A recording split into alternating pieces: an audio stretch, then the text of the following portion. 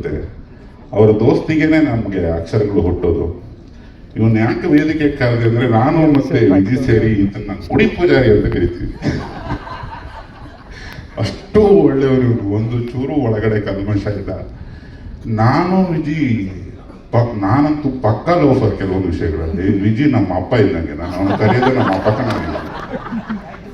ಅದು ಆ ರೇಂಜಿನ ಒಂದು ದೋಸ್ತಿ. ಏನೇನೋ ನೋಡಿ ಬೆಳೆದವರು. ಜಡೇಶ ನಮ್ಮಿಬ್ರು ಕೂರಿಸ್ಕೊಂಡು ಒಂದು ಸಿಚುವೇಶನ್ ಹೇಳಿದ.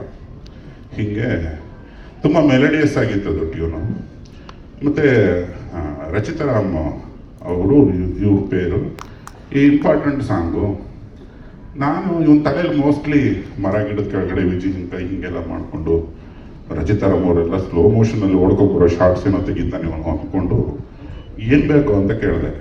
ತುಂಬ ಮೆಲಡಿ ಸರ್, ಅಪ್ಪಟವಾಗಿರಲಿ ಅಂತ. ನಾನು ವಿಜಯ್ ಅಪ್ಪಟವಾಗಿ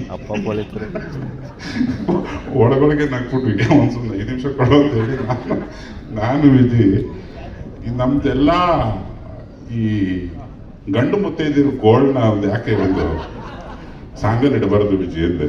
ಏನು ಸರ್ ಅಂದ. ನಿನಗೂ ಗೊತ್ತು ಮಕ್ಕಳು ಆಗಿದ್ದಾವೆ, ನಮಗೂ ಗೊತ್ತು.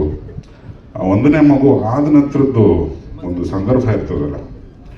ನಾನು 1980s ದೂರದರ್ಶನ ಬಂದಾಗ ಜನನ ನಿಯಂತ್ರಣದ ಆ್ಯಡ್ ನೋಡಿದ್ದೆ. ಒಂದು ಮಗು ಮಲಗಿದ ನಂತರನೇ ಹೆಂಡತಿನ ಕರ್ಕೊಂಡು ಹೋಗಿ ಬಾಗಿಲು ಹಾಕೊಳ್ಳೋದು. ಸರ್ಕಾರನೇ ಅವತ್ತಿನ ಕಾಲಕ್ಕೆ ಆಡ್ತಿರ್ಲಿತ್ತು. ಈ ಒಂದು ಹಾಟ್ ಸಮಾಚಾರನ ನಾವು ಸಾಂಗಲ್ಲಿ ಇಟ್ಟರೆ ಒಂದು ರೇಂಜಿಗೆ ಬರ್ಕತ್ತಾಗ್ತೀವಿ ಕಣ ವಿಜಿ ಅಂತ ಹೇಳಿದಾಗ, ಇವನ್ ಜಡೇಶ ಮುಗುಲ್ ನೋಡ್ಬಿಟ್ಟ.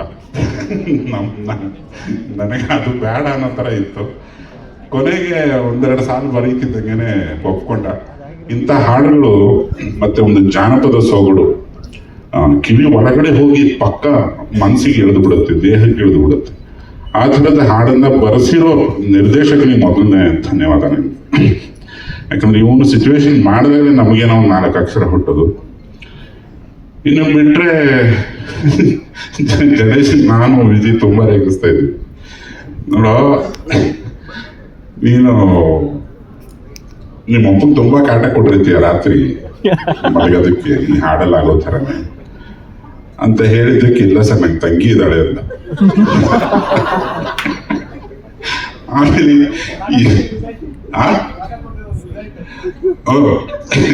ಇವನನ್ನ ಮಲಗಿಸಿದ ಮೇಲೆ ಏನೇನಾಗಿರುತ್ತೋ ಪಾಪ ಅಮಾಯಕ ಅಂತ ಅಲ್ಲೂ ಪ್ರೂವ್ ಮಾಡ್ಬಿಟ್ಟ ಜಡೇಶ್. ಮಾತಾಡ್ತಾ ನಾನು ವಿಜಿ ಕಾಲಿಡಿಯಕ್ಕೆ, ವಿಜಿ ನೀನ್ ಸರಿ ಇಲ್ಲ ಕಣ, ನಿಮ್ಮ ಅಪ್ಪನ ಎಬ್ಬಿಸ್ಬಿಟ್ಟು ನೀನು ನನಗೊಂದು ತಮ್ಮ ತೆಗಿಬೇಕು ಅನ್ನೋ ಮಗ ನೀನು ಅಂತ ಅವನು ನನಗೆ ವಾಪಸ್ಸು ರೇಗಕ್ಕೆ. ಎಲ್ಲರದು ಮಾತಾಡ್ತಿದ್ರು, ನಿಮ್ ಕತೆ ಇರೋದೆ. ನಮ್ಮ ಅಪ್ಪನ ಕೇಳ್ಬೇಡ ಕಣ, ನಾನು 9ನೇ ಮಗು.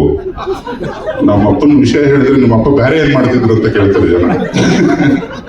ಅದಾದ್ಮೇಲೆ ನಾನೇನಾರ ಹಂಗೆ ಎಬ್ಸಿ ನಮ್ಮ ಅಪ್ಪನ ಕೇಳಿದ್ರೆ ನಂಗೆ ಒಂದು ತಮ್ಮನ ತಂಗಿನೋ ಬೇಕು ಅಂತ ನಮ್ಮಮ್ಮನೆ ಕಾಪಾಡ್ಕೊಡ್ತಿರೋರು. ಹಂಗಾಗಿ ಹೋಗಿ ಅಂಥದ್ದು ಏನೂ ಇಲ್ಲ. ಒಂದು ದಾಂಪತ್ಯದಲ್ಲಿ ತುಂಬಾ ಮಜವಾಗಿರೋದೇ ಮಕ್ಕಳ ಪಾರ್ಟ್. ಅವು ಮಕ್ಕಳಾಗಿದ್ದು ಬೆಳೆದು ಕಳ್ಳನ ಮಕ್ಕಳಾಗಿ ಅವಕ್ಕೂ ಮದುವೆ ಆಗೋವರೆಗೆ ತಂದೆ ತಾಯಿ ಅಂದ್ರೆ ಏನೋ ಅನ್ನೋದು ಅವಕ್ಕೂ ಗೊತ್ತಿರಲ್ಲ. ಈ ಪ್ರೀತಿನೇ ನಮ್ಮ ದೇಶದ ಈ ರೇಂಜಿನ ಪಾಪ್ಯುಲಾರಿಟಿಗೆ ಕಾರಣ ಅಂತ ಹೇಳ್ತಾ, ಈ ಹಾಡನ್ನ ಬರೆಸಿದಂಥ ಮಹನೀಯ ಗಣೇಶನ್ಗೆ ಮತ್ತೊಮ್ಮೆ ನಾನು ಥ್ಯಾಂಕ್ಸ್ ಹೇಳ್ತೇನೆ.